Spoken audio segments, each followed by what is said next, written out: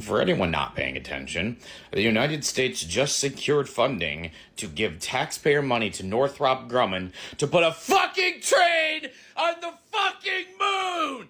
You don't have health care because we need fucking moon train! This is what we're talking about today, guys. Taxpayer dollars, your money, to build a lunar railway. I could not believe this when I heard this the first time, and I just wanted to see if it was true, and sure enough, it is. DARPA, Defense Advanced Research Projects Agency, which I'm sure you hear a lot about in different conspiracy theories, awarded Northrop Grumman a contract to develop a conceptual design for a lunar railway system as a part of their broader Luna 10 capability study. The study aims to explore the technologies needed for a sustainable lunar economy within the next decade. The envisioned railway would transport humans, supplies, and resources across the lunar surface, supporting commercial ventures and contributing to a lunar space economy. A lunar space economy. You guys hear that? My generation can't afford a house. Why are we talking about the space economy? This makes no sense. Sure enough, here's their website.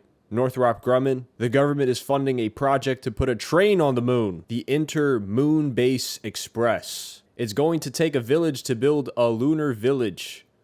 That's the reasoning behind DARPA's 10-year lunar architecture program, which is intended to de-risk the technologies that would expand the U.S.'s capabilities in space and support the growth of a commercial opportunity on the moon. So, I mean, you could go on Northrop Grumman's website and read more about this if you're interested, but I asked ChatGPT because I'm genuinely interested, what other things are we building on the moon? And it gave me a list of ridiculous yet real moon infrastructure projects currently being proposed or studied by major space agencies. So the first one obviously is the Lunar Railroad. We already talked about that. A nuclear reactor, which I actually have a video about that's going to be it's going to explain this a little bit. NASA, under Acting Administrator Sean Duffy, has fast-tracked plans to develop a 100-kilowatt fission reactor on the lunar surface by, again, 2030. This date is coming up again. The reactor is meant to power lunar habitats and claim keep-out zones against competitors like China or Russia. International moon bases, which I hear are already a thing and have been a thing for decades. This last one is kind of interesting. Nuclear blast PR stunt. While not current, it's worth noting that Project A119, a canceled 1958-era U.S. plan to detonate a nuclear bomb on the moon to create a visible explosion for Earth observers. An early and absurd space propaganda idea. So I learned about this actually because I visited Yerkes Observatory in Wisconsin. And if you don't know what that is, they have the biggest telescope in the world in Yerkes Observatory. It's called the Great Refractor. And Einstein, I think, visited in 1921. So I was looking through the souvenir shop there, and I found a sticker, which I'll take a picture of and show you. It's on my door. It said, "Nuke the moon." And I thought it was funny. I thought it was just some funny sticker. And then I asked about it, and I heard that this was some actual plan. This is like, people were planning to do this, like to detonate nuclear bombs on the moon, which is quite interesting. And let me pull up Yerkes. So this is it right here. Yeah, Yerkes Observatory houses the largest refracting telescope in the world. It began astronomical observations upon its completion in 1897 and remains a technological wonder still capable of bringing the beauty of space to our eyes. It definitely was big and beautiful, I'll tell you that, and it was on an elevating platform. Like, there was like an elevator so you could get to it. Like, the whole platform of the ground moved up. This is kind of a, this is off topic, but it's pretty interesting. But what I want to continue talking about is the moon stuff that's being built. And I have a video here that's kind of going over this nuclear reactor on the moon. So check this out. Well, they're doing it again, looking for more ways to spend your taxpayer dollars in ways that we'll never be able to audit or track. Of course, this is how they love it. This time it involves the moon. NASA just announced it's planning to build a nuclear reactor on the moon. Let that sink in for a second. Here's the headline. Secretary Duffy confirms fast-track plan to build a nuclear reactor on the moon. So a nuclear reactor on the moon at a time when America doesn't have a modern energy grid here at home Here is Transportation Secretary Sean Duffy saying the next battle will be fought on the moon. We'll play a few seconds of this. Watch. We're in a race to the moon, in a race with China to the moon. And to have a base on the moon, we need energy. And some of the key locations on the moon, we're going to get solar power. But by the way, this is kind of typical. DARPA, because they're funding this moon train, I'm bringing up DARPA right now. The reason DARPA was started was because the Russians put Sputnik in space, and they were afraid of this technological innovation. They wanted to be able to catch up. So DARPA is responsible for not only the technological, just the technological advancement of the military, but also creating weapons and stuff like that they wanted to implement in the military that are sort of futuristic, right? They're building the weapons of the future, essentially. That's what DARPA does. But the whole thing started with DARPA because they wanted to compete with other nations. They wanted to be able to make sure that the U.S. stays ahead. So this is interesting that we're bringing up China and, the fact that there are opposition and, they're going to start building stuff on the moon as well. This is a pretty interesting thing to think about. Like, what if World War III is fought on the moon? So let's hope not. I don't think the aliens would allow that. And I think the aliens, if they live up there, are going to realize very, very quickly why Americans don't have free healthcare. And why my generation can't afford a house. Fun stuff. Moon stuff. This fission technology is critically important. And so we've spent hundreds of $millions studying, can we do it?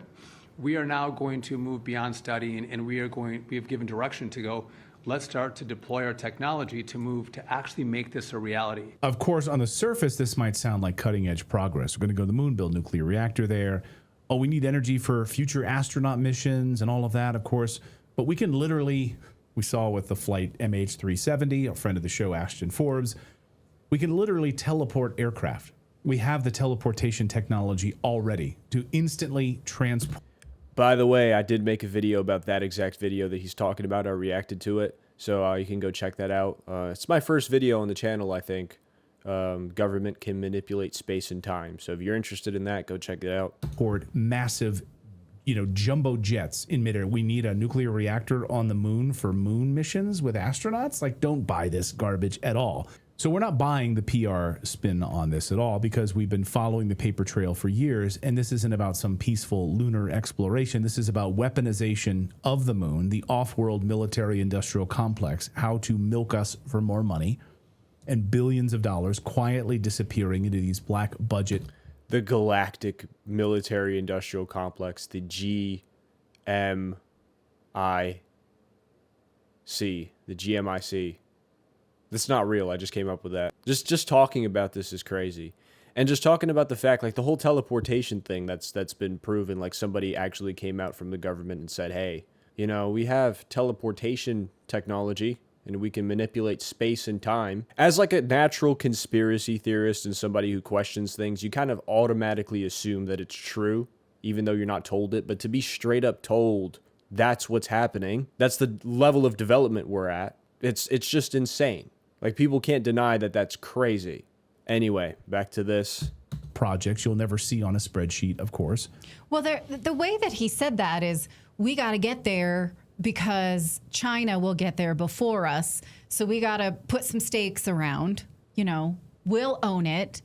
And then what? This is what I was thinking about last night. So what if China does go up and be like, I'm going to use this. Here's a space station. We're going to use it too.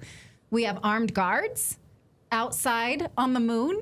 Is that plausible? Conquer the moon. Is there any kind of deterrence from this being? Also, why does one nation state get any claim to the moon that literally runs the whole planet? Truth Sock in our chat says, dude, we've never been to the moon. That's true. The moon orbits the entire planet. If we have control over the moon, you can circle the world all the time and nobody can do anything about it unless they blow up the moon. This sounds like some Despicable Me shit. You know how like Gru is like, I'm going to steal the moon. Next, we are going to steal. Pause for effect. The moon! And once the moon is mine, the world will give me whatever I want to get it back. And I will be the greatest That's what's happening right now. We have like government agencies spending taxpayer money to steal the moon. This is what's happening right now. Nobody's talking about this. You have a meteor hit it or something like that. There's gonna be nuclear fallout on the moon now. Like what kind of problems That's are true we going to too. introduce by doing this crazy stuff? Right. You have, if without the moon, you have no tides, right? Like a woman's body flows by the moon. Our cycles, our 28-day lunar cycles, we'd have no food. Why are we messing with something we literally need for the whole planet? Well, I don't understand. The reason is, if we're not going to do it, another nation is going to do it. It's just the same thing with AI. If we're not going to build AI and develop AI because we're afraid of what AI is going to do and how it's going to take over our future or whatever, China's going to do it, Russia's going to do it, or some other country is going to do it. And we cannot let them be ahead of us. That's the mentality. So it's a race to the bottom or a race to the top, depending on how this all goes. And just insane to be talking about, insane to be living in the generation where all of this technological development and, you know, all these weird things are happening and coming out. And the fact that we have access to information about this on such a wide scale is insane to me. You know, that I'm right now living in a pivotal time. So let's dig into this. NASA just tapped Lockheed Martin to develop a fission reactor that can power future moon missions by 2030. That's less than 5 years from now. Okay. Now ask yourself, why the sudden rush for this? Why suddenly is this a priority when the last moon mission ended in the 1970s? Allegedly. Well, maybe the quote from the U.S. Space Force's own recruitment video can actually help answer that. Watch this video. This is a real Space Force recruitment video. Watch what they say about the moon base. Watch. We aren't just getting ready for the near future. We're getting ready for the 22nd century. When our enemies ask, what if? We will have an answer. When foreign powers can build bases on the dark side of the moon, when private companies are inventing a new economy beyond our planet, we need to stay one step ahead of the future. Yeah. Oh, that's not science fiction. That's literally from an official Space Force recruitment video, an enemy building a base on the dark side of the moon. Now, we've had multiple whistleblowers on the show, former military, former intelligence officers, pilots who've risked everything to expose what's really happening up there on the moon base. They've already told us about the existing moon bases, the ones that we've had for decades. So these insiders who've been a part of it, they've been there multiple times. They say that they've told us about reverse engineering tech that happens on the moon base, joint missions with non-Earth entities, and yes, even secret construction projects that have nothing to do with planting an American flag at all. And by the way, all of these major countries are involved with it, from Russia to China. So this idea that like we're at war with these guys is kind of hilarious. We have a joint operation. It's all a stage. It's all a stage. You know what's interesting? With a lot of these things, with either whistleblowers or politics or, you know, anything on the mainstream media, and I'm not saying all mainstream media is bad or misinformation, because it's not necessarily, right? There's some good actors and there's some bad actors, and it's the same thing for the elite. Not every person who's a billionaire or an elite is a bad person and has bad intentions. You can't say that about Bill Gates, but whatever. My point is, this is just a facade. A lot of it is just a facade, especially politics. It's just a massive stage, especially wars. Like, especially how they're being portrayed in media. It's like they want people to be picking sides and angry at each other. They want the Christians to be mad at the Muslims. They want the Israelis to be mad at the, Palestinians. They want the America to be on Ukraine's side or Russia's side and pick a side and be angry at each other. And this two-party system, it's the same thing, right? The Democrats have to hate the Republicans. And it's just like, the more I spend time in that space, the more I realize it's just like some sides got things right and some things wrong. And it's the same for the other side. And it's all just a big show to make people angry at each other with half-truths. Again, this might be too far of a tangent, but I think it's important to bring that up because it could be the exact same with these whistleblowers. It's like half-truths being given to us that sort of tell us what's going on, but maybe divert us a little bit. That's my opinion. That's the way I see it. One of our whistleblower guests, a former aerospace insider who worked with military contractors, told us that she personally visited the Lunar Operations Command multiple times, not in 2030, not someday, years ago. She's already been there. And now suddenly we're building a nuclear reactor on the moon just for research, for our own astronauts to do lunar research. Come on. No one's buying this. And the timing couldn't be more suspicious because while NASA distracts the public with reactors, DARPA and Northrop Grumman are already laying the tracks for something far more permanent. That's right, they're building a railroad on the moon trades. So DARPA picks Northrop Grumman to develop lunar railroad concept. Yeah, it would help humanity set up shop on the moon. That's what the headline said. Really? They're talking about all this stuff they're going to do, like preparing for the future and all this and this high tech, all this stuff. Why not focus on it on Earth first? Exactly. Let's predict the future. Yeah, of the we have no economy first. high-speed rail in the United States. Right. We'd No, like that. I mean, have you The moon's seen gonna what have better stuff than us? Have you seen what China has done with their maglev? It goes faster than friggin' Boeing, Boeing 757, or nearly as fast as Boeing 757s. Yeah, I think that's all I want to cover for this. This video can be a lot longer than it already is, but I'm not going to make it that. So I hope you guys enjoyed this, and I'm sure more moon stuff is going to be coming out in the future. So stay tuned.